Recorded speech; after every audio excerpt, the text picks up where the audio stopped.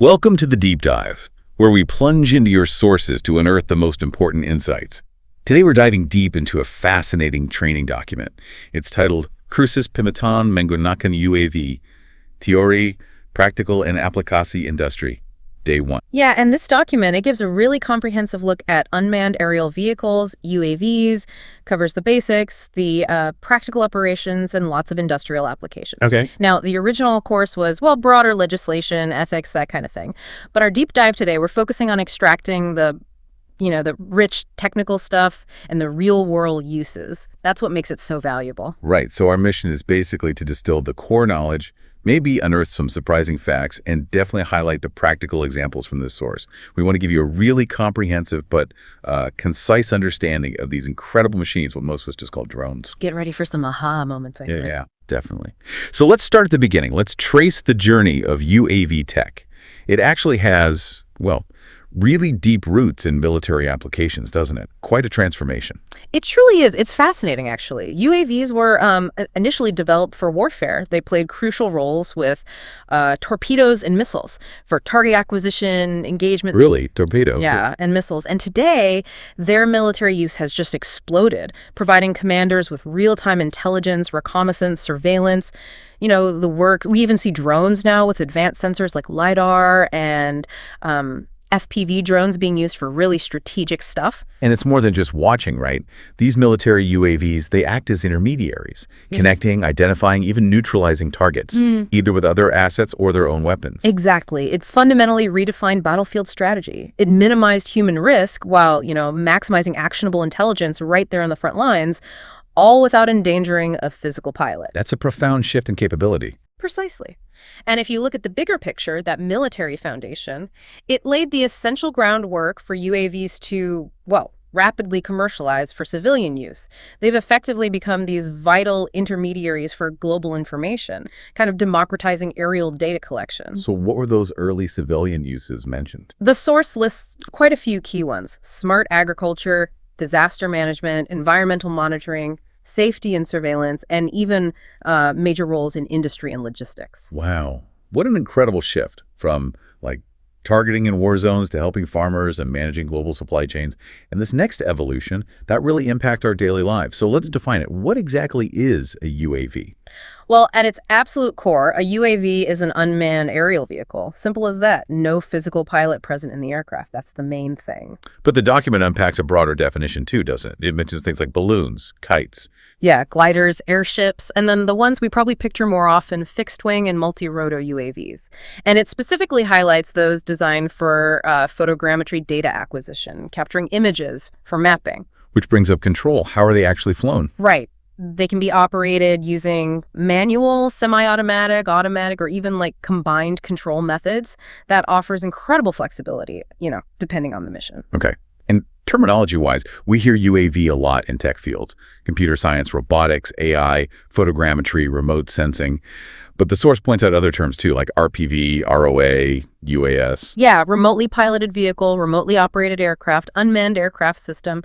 But let's be honest. Yeah. Drone is just the most popular term, isn't it? Everyone knows what you mean. Absolutely. And it's definitely not a one-size-fits-all situation. UAVs come in, well, a huge array of sizes, different flight times, ranges, altitudes. Organizations like the Unmanned Vehicle Sisters International Association define all these categories quite meticulously. The diversity is pretty remarkable. So to really get a handle on their power, we need to look under the hood, so to speak. What are the essential bits that make them fly and do all these amazing things? Oh, okay, yeah. Every UAV relies on a set of core components working together. You've got the autopilot chip that's crucial for automatic navigation.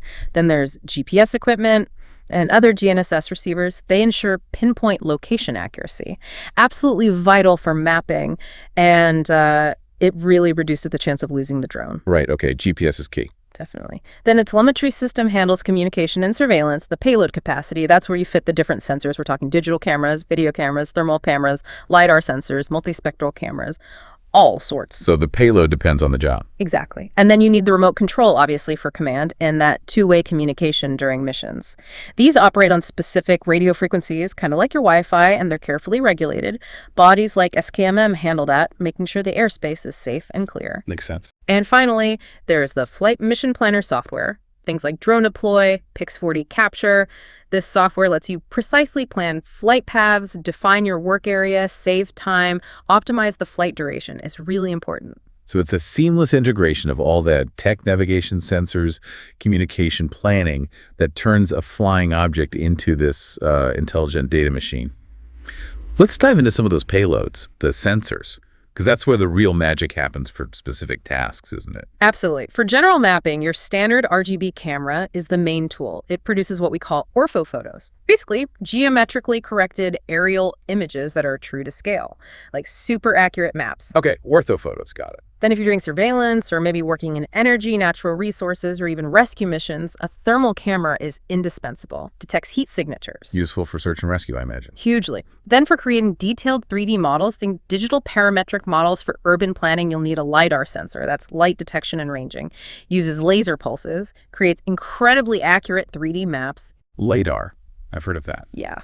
It's powerful stuff. And finally, for agriculture, a multispectral camera is, well, essential. It enables really advanced analysis of plant conditions, soil health, fertilizer needs, irrigation. Fascinating. So now we know what's inside. How do these drones actually differ in their basic design? Are they all built the same way? No, they're broadly classified into a few general types, each with its own strengths. You've got fixed-wing UAVs, think like miniature airplanes. Examples are the SenseFly EBX or Parrot Disco. They offer high endurance, cover large areas, great for 2D mapping over big spaces, but they do need more room for takeoff and landing, like a runway sometimes. Right, like a traditional plane, but smaller. Exactly. Yeah. Then you have rotary wing or multi-rotor UAVs. These are the ones most people probably picture with multiple propellers, like the Autel Evo II or Parrot Anafi USA. These are excellent for monitoring, surveillance, 3D modeling. They need very little space because they take off and land vertically, and they're superb for video. Okay, so multi-rotors are more versatile for tight spots. Generally, yes. And then there's a third category, hybrid VTOL fixed wings, like the ALTI transition. These try to combine the best of both. The high endurance and large coverage of fixed wings, but with the vertical takeoff and landing advantage of multi-rotors, so less space needed. Best of both worlds, potentially. It's also interesting how the source mentions the scale difference. You have these large, heavy UAVs, heli, they're called. Yeah, high altitude, long endurance. They can carry more diverse, heavier sensors, but they're very expensive. And on the other end, you have the low-cost systems. Limited payload, shorter flight time, but much more accessible. The source points out common micro-UAV brands like DJI, their Phantom 4, Mavic, and Spire models. They've really popularized the technology and made it mainstream. So with all these components, types, capabilities, why are UAVs becoming so indispensable? What makes them so special compared to, say, traditional methods? Well, there are several core advantages that really set them apart. First, flexible implementation. You can get high-resolution images collected almost in real time. That means immediate insights. Real-time data, that's huge. It is. Also, the initial investment is relatively inexpensive compared to manned aircraft. And the learning curve for users, it can be surprisingly fast. The key, of course, is making sure you use the UAV correctly and ethically to get the best results. Okay, this is where comparing them really helps, right? How do they stack up against traditional planes or even satellites for aerial imaging? Yeah, the comparison is quite striking. UAVs typically operate hundreds of feet above the ground. They cover maybe hundreds of acres. Flight times are usually under an hour or so, and they can be hand-launched or skid-landed, super agile. Low and relatively quick. Right. Traditional aircraft, they fly thousands of feet up, cover thousands of acres. Flight times are longer, hours maybe. But crucially, they need runways, lots of infrastructure. Much bigger operation. Definitely. And then satellites. They're hundreds of miles above Earth, covering tens of thousands of acres, constantly orbiting. But you have no real-time control, and they're totally useless if it's cloudy. Ah, the cloud cover issue. So the flexibility and accessibility of UAVs really stand out there. It sort of democratizes aerial data, doesn't it? Exactly. It allows for insights that were previously only possible through large, expensive operations. We've touched on some applications, but the source really goes deep into how versatile these things have become in the civilian world. It's not just mapping, is it? Oh, not at all. The list is pretty extensive and really impactful. For weather and environmental studies, you've got specialized balloons with instruments taking air samples, pictures way up high. For broader environmental monitoring, there are compelling examples in the source, like tracking bauxite mining pollution in Kuantan, or factory pollution, even illegal open burning. Using drones to monitor pollution sources. Precisely. Then in agriculture, UAVs are revolutionizing things, monitoring crop health, managing irrigation, optimizing fertilizer. They track crops like wheat, barley, grapes, and especially oil palm in Malaysia, which is huge there. They analyze leaf color to spot stress or disease early. Yeah, and MARDI, that's the Malaysian Agricultural Research and Development Institute, they've used UAVs to study pesticide effectiveness, fertilizer application, even doing the fertilization work itself. That's quite advanced. What about forestry? Widely used in forestry research for detailed tree inventories, monitoring forest health, and also enforcement against illegal logging. They provide great aerial evidence. Okay. And industry. Oil and gas. Yeah, the oil and gas sector uses mid-range UAVs quite a bit for monitoring pipelines both at sea and on land, critical leak detection, assisting in emergency operations too. Makes sense for remote infrastructure. Absolutely. And some cities are now using them for traffic monitoring, assessing congestion, enhancing public surveillance. Disaster management is another big one. Quick deployment after earthquakes or during forest fires gives real-time monitoring, helps plan repairs, survey the extent of damage, or, again, spot illegal logging. So faster response in emergencies. Much faster. And finally, land use and project development. High-resolution aerial images are becoming primary visual data for government agencies, especially local governments, for planning, regional administration, asset management. It's fascinating how this tech, born from military needs, is now protecting environments and optimizing farming. But here's one that really hits home for many people.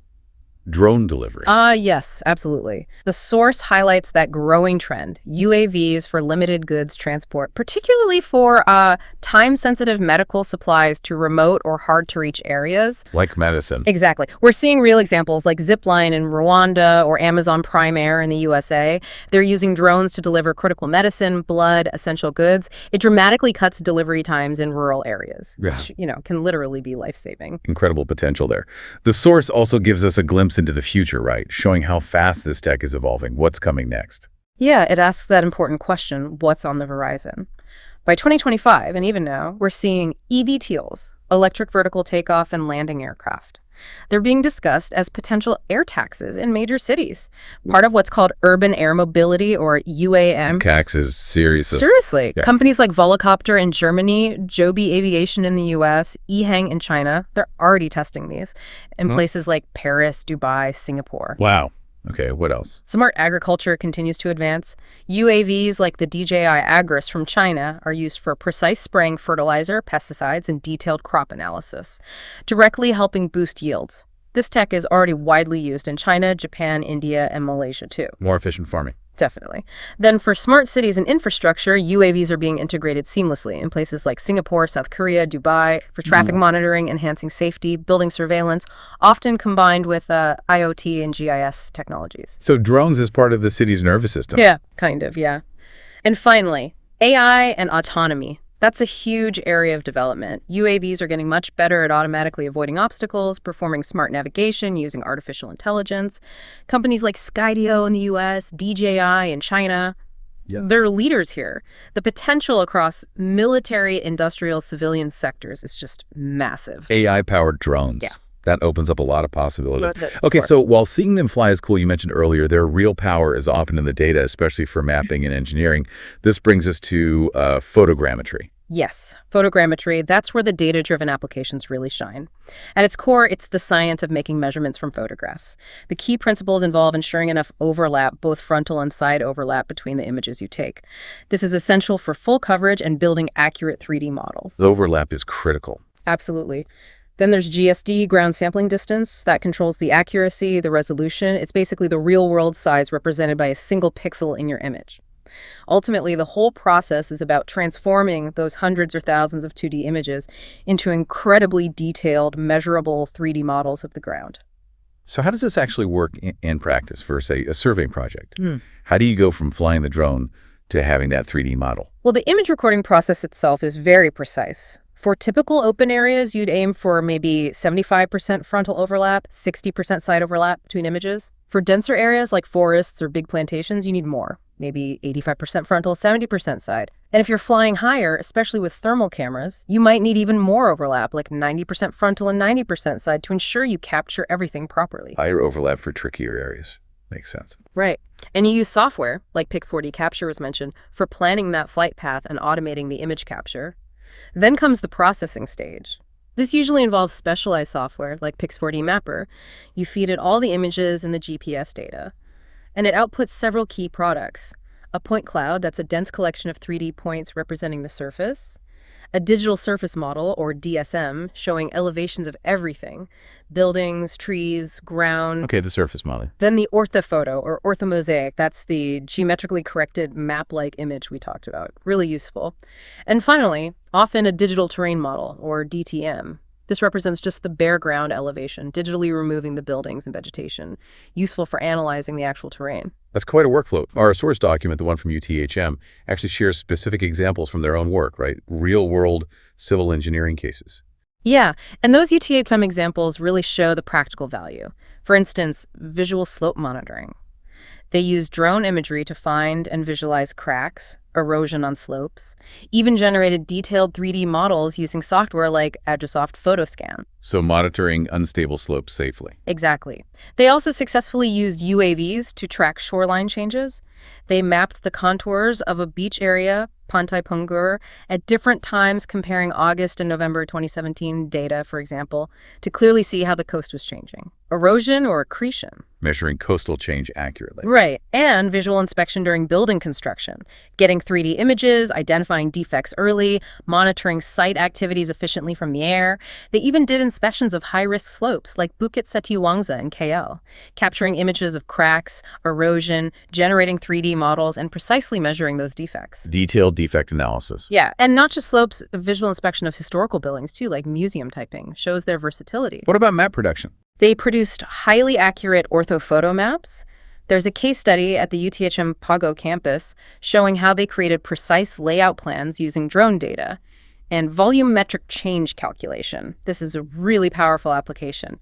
They demonstrated calculating stockpile volumes at a landfill in Rumbamaz, Perlis. Calculating volumes. How? By comparing the 3D models generated from drone surveys on different dates, say July 15th versus August 15th, 2018, they could calculate the exact change in volume in cubic meters for different parts of the landfill.